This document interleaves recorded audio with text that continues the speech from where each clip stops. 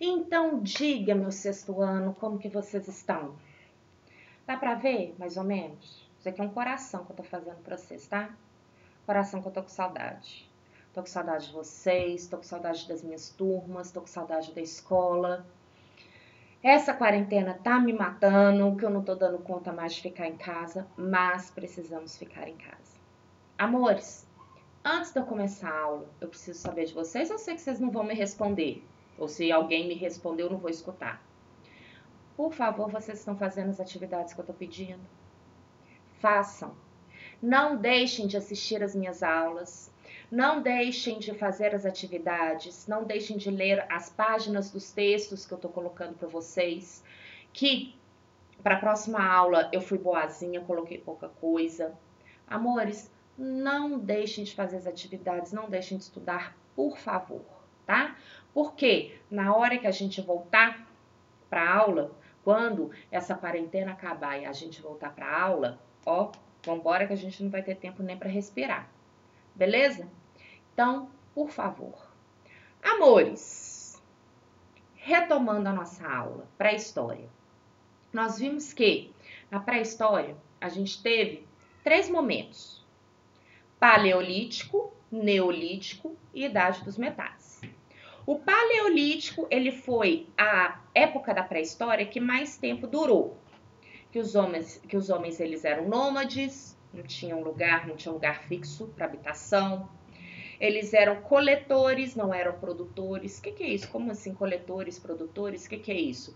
Eles viviam da coleta de alimentos, eles viviam da caça de animais, tá bom? Uma coisa muito importante do paleolítico, eles descobriram fogo. E, no mais, viviam em cavernas, viviam em pequenas, né, vamos chamar de tendas, que eles faziam com folhagens, ossos, pedras, etc.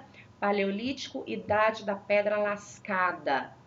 Os instrumentos deles eram muito rudimentares. Daí a gente vai para o Neolítico, idade da pedra polida. As suas armas já eram mais sofisticadas para aquela época. De nômades, eles se tornaram sedentários, ou seja, agora eles tinham um lugar fixo para morar. De coletores de coletas de alimentos, eles se tornaram o quê? Produtores de alimentos, ok? E a idade dos metais, eles fizeram o quê? Eles constituíram tudo isso, desenvolveram mais ainda tudo isso que eles foram no período neolítico, ok? Bora corrigir exercício para a gente dar continuidade na nossa matéria. Exercícios 16 a 19, página 45. Questão 16. No início da domesticação de animais, no período neolítico, pode ter tornado a vida do homem menos perigosa do que no período paleolítico? Sim ou com certeza? Com certeza. Bom, para tudo primeiro. No período paleolítico, eles caçavam animais para sobreviver. Agora, no período neolítico, eles vão domesticar animais, ok? Eles continuam caçando animais, professora? Continuam, mas bem baixo, bem lá embaixo, com um nível muito menor. Agora eles domesticam animais, mas que tipo de animais, professora? Animais de pequeno porte. Fazendo uma comparação com hoje, porco, ovelha, boi, vaca, ok? Animais de pequeno porte. Mas vamos lá. Essa domesticação de animais pode ter tornado a vida do homem menos perigosa? Pode. Por quê? Agora que eles estão domesticando animais, eles não estão colocando a sua vida em risco para caçar um animal. Porque ao mesmo tempo que aquele animal para ele é uma presa, ele também pode ser presa de um outro animal. Então agora, como eles estão domesticando animais, a vida deles está correndo menos risco. Então vamos lá. A domesticação de animais tornou a vida primitiva do homem menos perigosa. Por quê? Ele não precisava mais caçar animais e o risco de morte durante a caçada, ela praticamente não existia na domesticação. Parecendo que eu estou em sala de aula. Vamos embora para 17, amores. No período paleolítico, as mulheres elas eram responsáveis pela coleta de frutos e raízes na natureza. Sim, vamos parar um pouquinho, vamos explicar. No período paleolítico já havia uma certa divisão de trabalho. Como assim? As mulheres, elas coletavam frutos e raízes e os homens pescavam e caçavam animais. Isso quer dizer o quê? Uma divisão de trabalho. As mulheres, elas sempre ficaram com trabalho, digamos, mais leve e os homens com trabalho mais pesado. Vamos lá, repetindo. No período paleolítico, as mulheres, elas eram responsáveis pela coleta de frutos e raízes na natureza. Com esse trabalho de coleta, essas mulheres adquiriram conhecimento sobre o crescimento das plantas. Sim, associa esse conhecimento ao processo de criação. A partir do momento que a mulher, ela se torna coletora de frutos e raízes, ela vai saber qual que é a melhor época do ano para a colheita, qual que é a melhor terra para determinado produto. Se eu sei que essa terra aqui eu consigo retirar esse produto, eu sei que essa terra aqui, então, eu também posso plantar este produto. Quer dizer, a mulher, ela com esse alfazer que ela tinha, ela sabia muito melhor o estudo das plantas e da terra. Então vamos lá, na resposta. Estudiosos acreditam que as mulheres elas devem ter sido as responsáveis pelo início da agricultura. Por quê? Durante o período paleolítico, já que elas eram responsáveis pela coleta de alimentos da natureza, proporcionou para elas o conhecimento sobre as plantas. Eu sei que essa planta eu posso produzir e posso coletar determinado alimento. Nessa terra, né, eu posso produzir e coletar determinado alimento. Eu sei que um determinado alimento ele demora o tempo naquela época era contado por luas, demora tantas luas para eu poder coletar, ou seja, elas, esse trabalho delas, as fizeram uma verdadeira conhecedora das plantas, ok? Das plantas coletoras para alimentos. Vamos lá na 18. A revolução, ela é um conceito relacionado às profundas mudanças de uma sociedade para. Quando eu falo revolução, que eu falei para vocês na aula passada, revolução é mudança, é modificação.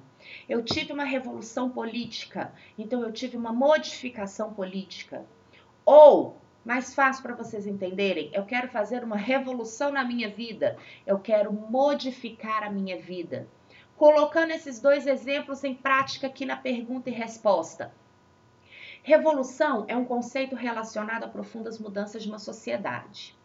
Então, quando eu tenho uma revolução, eu tenho uma modificação. Na sociedade da pré-história, então, eu tenho uma modificação em um determinado grupo, em um determinado tempo. O início da prática da agricultura pode ser considerado uma revolução? Sim ou com certeza? Por quê? Com certeza. A partir do momento que o homem ele era coletor e se torna produtor, a partir do momento que o homem colhe alimentos e passa a produzir alimentos, isso é uma modificação muito grande. Já que é uma modificação muito grande, eu posso dizer que é uma revolução. Vamos lá na resposta. O conceito de revolução define uma mudança brusca. Uma mudança brusca quer dizer uma mudança total, que altera a forma de vida da sociedade. Quando o homem desenvolveu a agricultura, a forma de viver do homem primitivo ela mudou, pois ele passou de nômade para sedentário. Por que ele mudou de nômade para sedentário?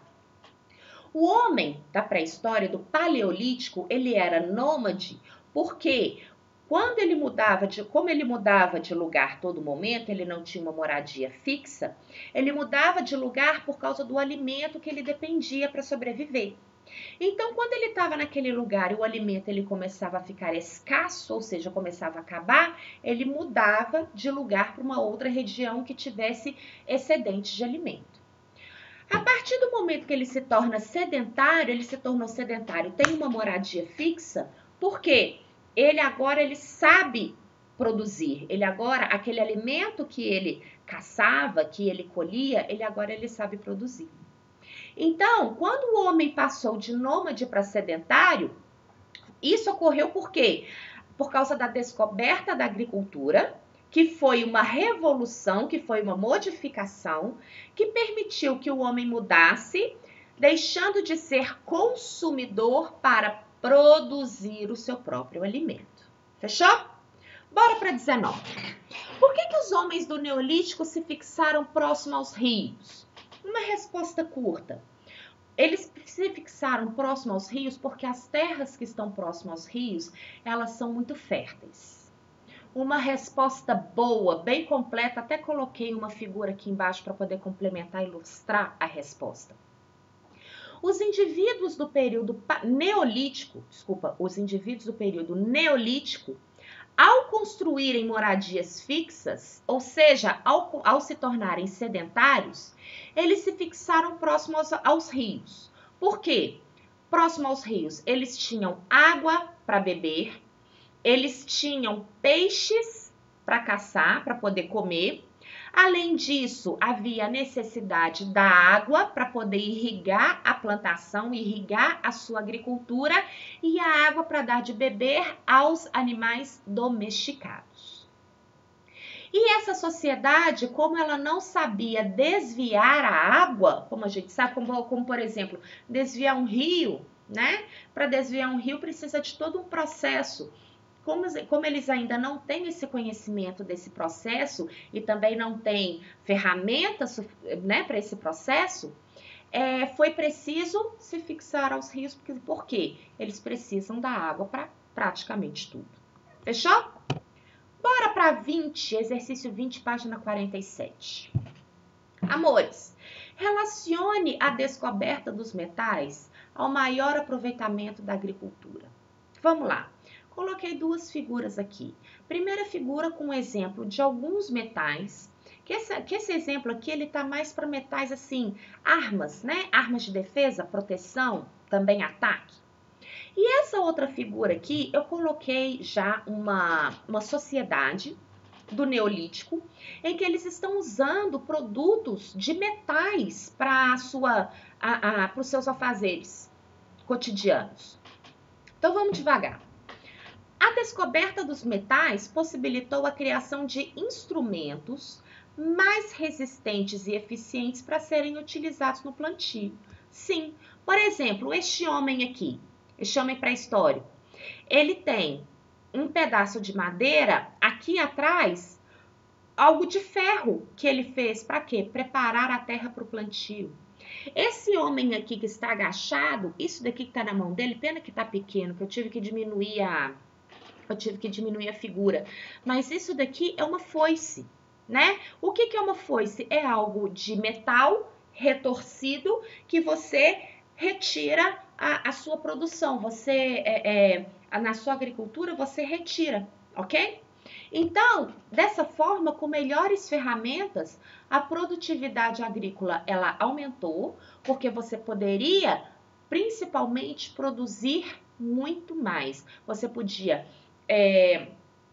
preparar a terra de uma forma melhor, fazer a colheita muito melhor, outras ferramentas que poderiam ser utilizadas para outras coisas voltadas ali para o seu dia a dia, para o seu cotidiano na agricultura, ok? Vamos embora agora para as questões fechadas. Aqui tá sem graça porque eu já marquei para vocês a resposta correta, né? Mas a gente vai analisar uma por uma. Vamos à pergunta. Só beber um pouco d'água, senão não dou conta. Tô falando mais que em sala de aula com vocês. Vamos lá. Tradicionalmente, a pré-história, em aspas, atenção a essas aspas que eu vou falar depois, ela foi definida como campo de estudo do passado humano, anterior ao aparecimento da escrita. Sobre a criação no século XIX e utilização, hoje em dia, o termo pré-história não é possível afirmar que. Eu expliquei para vocês há 3 aulas atrás e falei isso para vocês na semana passada também. No século XIX, os historiadores eles acreditavam que aquela determinada época só pode ter história se houve documento escrito. E a gente sabe que esse conceito foi modificado. Hoje em dia, tudo pode ser considerado fonte histórica para estudo da história, né? Então, vamos ver dessas aqui, que eu já marquei, na atualidade, o que a gente pode dizer que não faz parte do termo pré-história? Vamos ver a letra A. Lembrando, amores, quando a frase for longa, partam a frase. Onde tem uma vírgula, parte, ok? Para vocês verem se todas as informações estão corretas. Vamos na letra A. A concepção de fonte histórica do século XIX, ela foi modificada. A concepção quer dizer a definição de fonte histórica no século XIX, ela foi modificada. Porque hoje em dia, atualmente, não se considera somente a escrita como documento. Sim, ou com certeza. Então, ela está certa, mas não corresponde à pergunta, porque eu quero a errada. B. A utilização das aspas, aqui as aspas da pré-história, pretende mostrar que os historiadores hoje em dia, eles não concordam com a ideia do século XIX de que a fonte histórica a ideia de que fonte histórica só seria uma fonte histórica se fosse algo escrito. Tá certo. Hoje em dia, a gente sabe que se eu tiver um copo, por exemplo, da pré-história, esse copo, para mim, é uma fonte histórica. Mas os homens da pré-história, os homens do século XIX achavam que se não tinha escrita, não tinha história. Então, a letra B, essa frase está correta, mas não responde a pergunta. C. O período do homem primitivo, ele foi marcado pela produção de registros históricos não escritos. Sim. Como, por exemplo, as pinturas rupestres. Sim. Período neolítico, o período paleolítico, principalmente, teve muita pintura rupestre. Letra D. Os historiadores do século XIX acreditavam que tudo que era produzido ou utilizado pelo homem poderia ser fonte histórica? Não, essa está errada. Se a gente pudesse mudar essa frase, os historiadores atualmente acreditam, aí ela estaria correta. Mas os historiadores do século XIX, eles não acreditavam que esse copo poderia ser uma fonte histórica, eles não acreditavam que essa chave poderia ser uma fonte histórica, não. Só era fonte histórica documentos escritos. Beleza? Então, a resposta correta da número 2 é a letra D. Mais uma, questão número 4. Durante o período da história, anterior ao surgimento da escrita, pré-história, conhecido como paleolítico, evidências arqueológicas sugerem que, amores, mais uma atenção que eu preciso de vocês.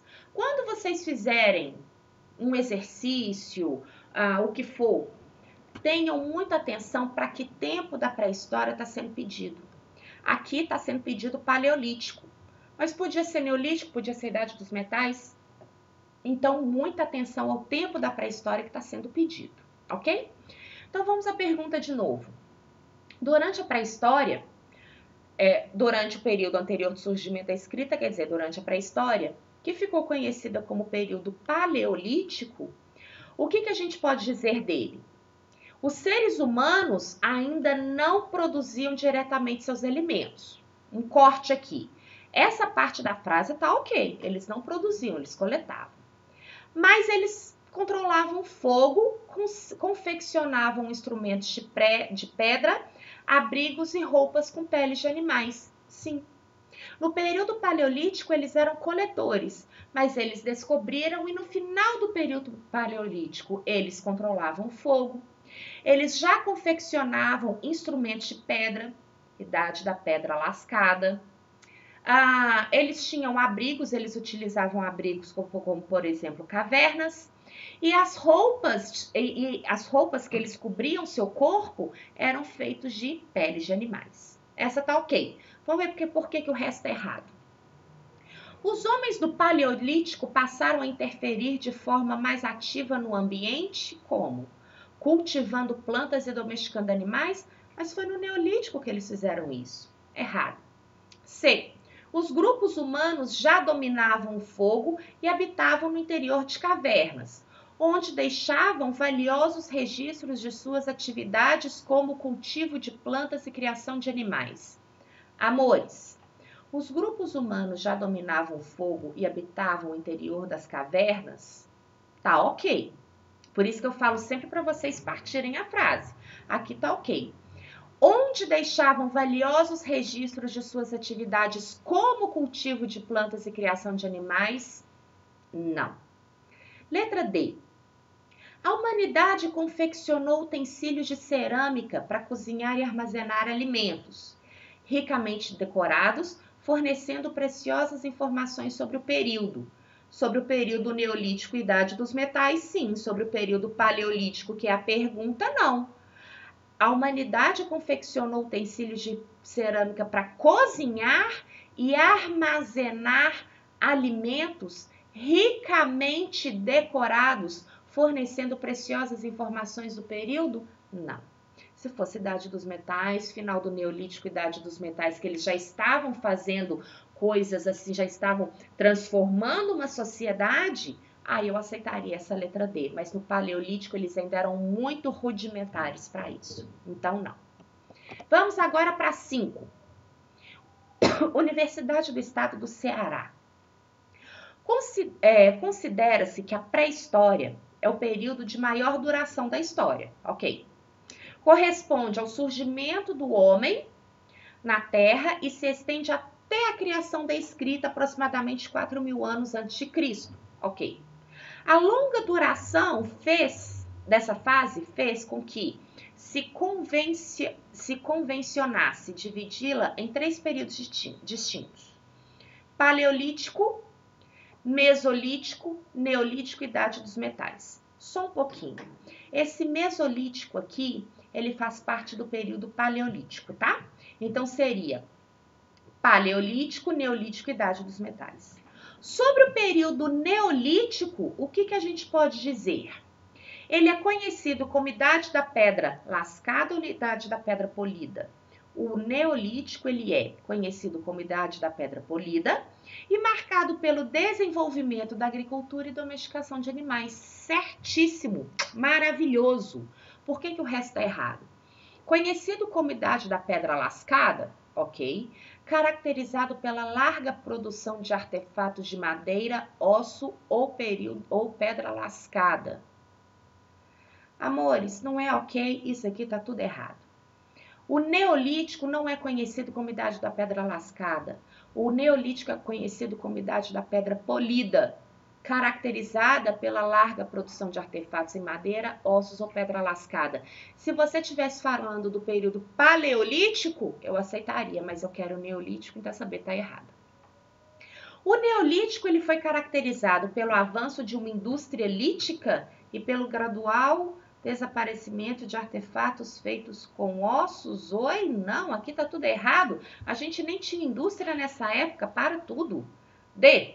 E muito menos desaparecimento de artefatos feitos com ossos, não, cada vez mais era produzido. O osso sempre na pré-história, paleolítico, não só paleolítico, mas neolítico, o osso, pedaços de ossos sempre foram utilizados como artefatos para muita coisa. E letra D. Considerado a fase de transição da pré-história para a história, pois nesse período desenvolveu a técnica da fundição? Não. O que foi considerado fase de transição foi Idade dos Metais. Última fechada. Amores, vamos lá. Unesp, Universidade do Estado de São Paulo.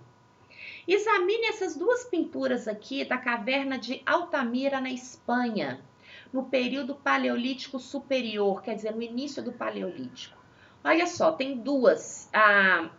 Amores, quando eu falo exatamente que lugar que está determinada pintura rupestre, determinado lugar que foi encontrado uma ossada, a gente tem que lembrar que todo mundo, todo o planeta Terra, participou da pré-história, ok? Então, em uma caverna na cidade de Altamira, na Espanha, foi encontrado pintura rupestre. Lá também teve a pré-história.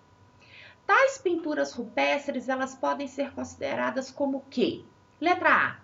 Manifestação do primitismo de povos incapazes de representação realista. Amores, isso aqui a gente não está fazendo um jogo sobre tipo de pintura. Isso daqui era a forma de pintura que eles conheciam e que eles faziam. Então, isso aqui não era manifestação do primitivismo, não. Eles estavam querendo e representação realista, povos incapazes de representação realista, não. Eles estavam representando o seu cotidiano. Aqui, no caso, eles estavam representando o que tinha naquela região para ser caça, para ser comida. Então, essa letra A está errada. A pintura rupestre, ela é uma expressão artística infantilizada e insuficiente para fornecer qualquer indício sobre a vida na pré-história. Ela não é infantil e muito menos insuficiente. Ela é uma das principais fontes históricas que a gente tem da pré-história. Letra C. Comprovação do pragmatismo. O que é pragmatismo? Uma corrente de ideias. Então, uma comprovação de uma corrente de ideias de povos primitivos deve se preocupar de sua alimentação? Não. Aqui eles estão mostrando justamente o que eles caçavam para comer.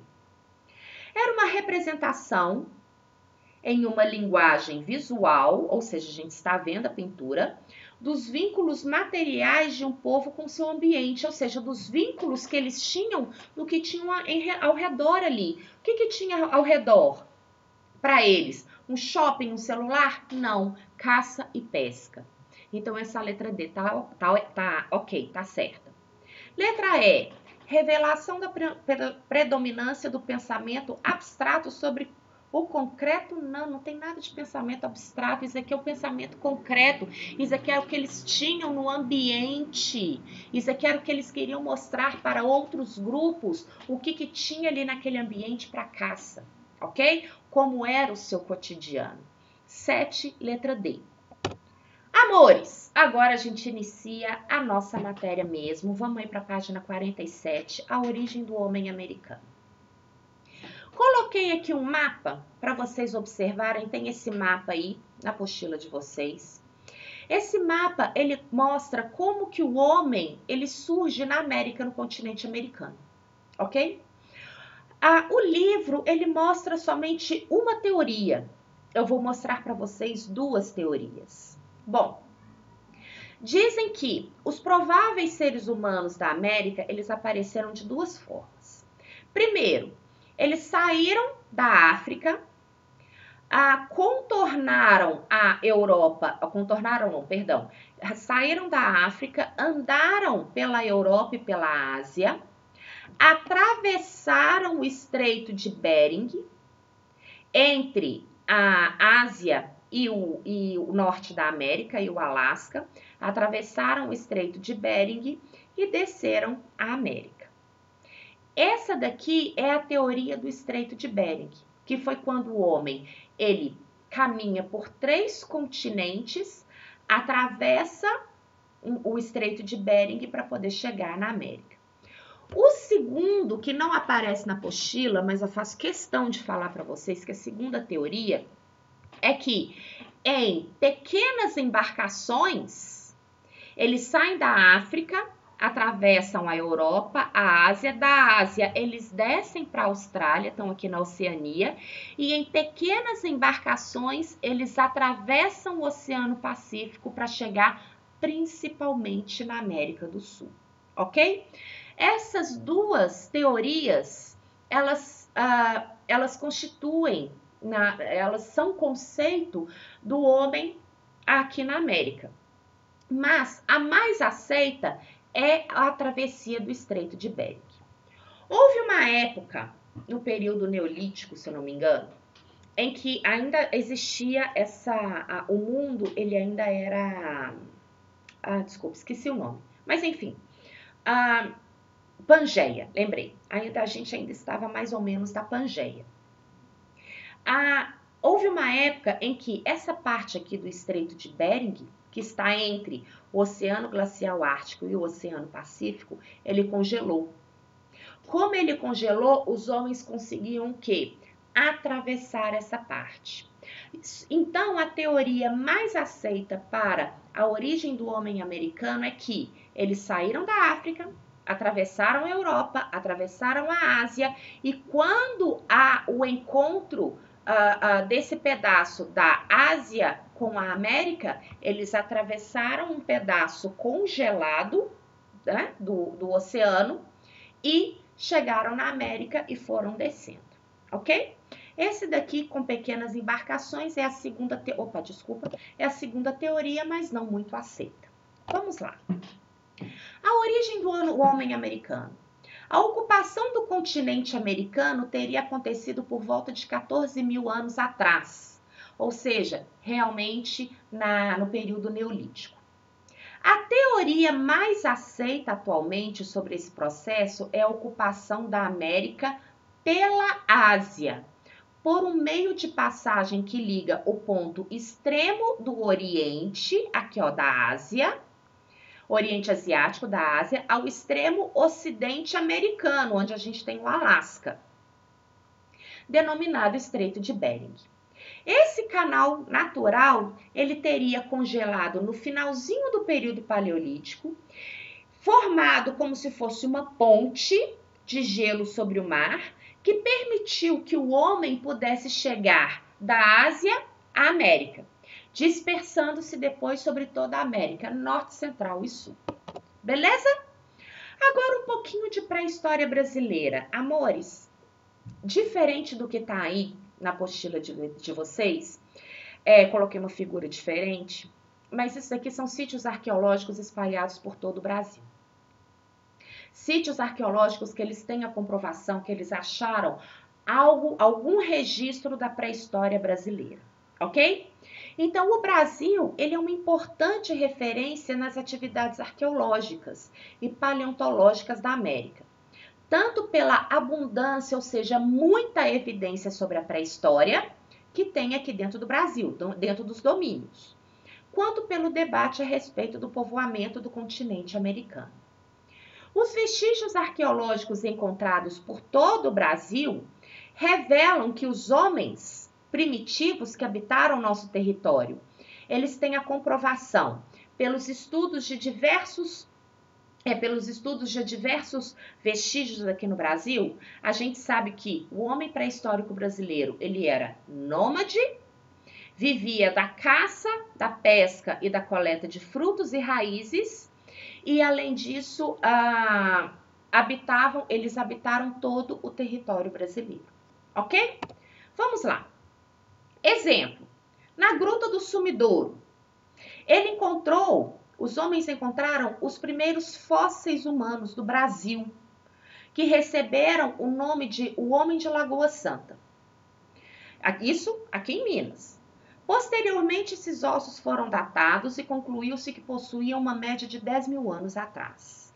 E foram encontrados também fósseis de tigre de dente de sabre, que era um tigre que viveu na época, que tinha dentes muito grandes aqui na frente. O tatu, não é o tatu nosso que a gente tem hoje em dia, não, o tatu daquela da pré-história, ele era imenso, uma casca muito dura. E o bicho preguiça gigante, entre outras espécies, todos foram encontrados aqui, exemplo, Minas Gerais. Na década de 1970, em uma expedição também na região de Lagoa Santa, no sítio Lapa Vermelha, eles encontraram um fóssil humano. Eles encontraram um crânio e alguns ossos que eles viram que poderia ser uma mulher. Uma mulher de mais ou menos 20 anos... mais de 20 anos depois, esse esqueleto foi datado pelo pesquisador Walter Neves, da USP, que batizou o esqueleto com o nome Luzia e descobriu que esse esqueleto tinha aproximadamente 11.500 anos, sendo o mais antigo fóssil encontrado aqui nas Américas. Aqui está a Luzia. Isso aqui é como a Luzia poderia ser. E aqui o crânio dela, ok? Aqui é o crânio dela, como eles acharam o crânio dela bem destruído. Eles refizeram esse crânio, na verdade. Esse crânio, ele foi, a partir de pressupostos, ele foi refeito. Então, refazendo esse crânio, descobriram que ele era assim e que a Luzia, ela poderia ser assim. Só que A Luzia, ela estava na Biblioteca Nacional, que pegou fogo ano passado, ou retrasado, não me lembro, que pegou fogo. Mas, ainda bem, toda a sua estrutura, ela conseguiu ser salva. Vamos lá que eu coloquei entre aspas que eu tirei daquele texto que eu pedi para vocês lerem, da apostila, sobre justamente o incêndio na Biblioteca Nacional. Com 20 milhões de peças e documentos que a biblioteca tinha, tratava-se do quinto maior museu do mundo em acervos. Suas obras contavam uma parte importante da história, da antropologia e da ciência da humanidade. Talvez o exemplo mais emblemático, o exemplo mais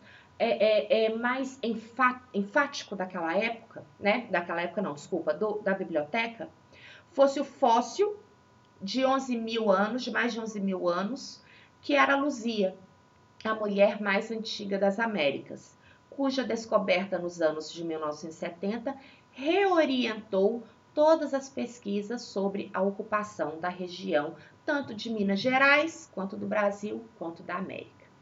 Beleza, amores? No mais, acabou a aula de hoje. Qualquer dúvida, qualquer coisa, reclamações, sugestões, dúvidas, eu estou à disposição de vocês no meu e-mail. Ou qualquer coisa, se vocês quiserem, podem mandar também uma mensagem para a Nathalie, que a Nathalie me envia essa mensagem na hora e eu respondo para vocês. Beleza? Beijo grande, estudem, se cuidem, não deixem de fazer as atividades.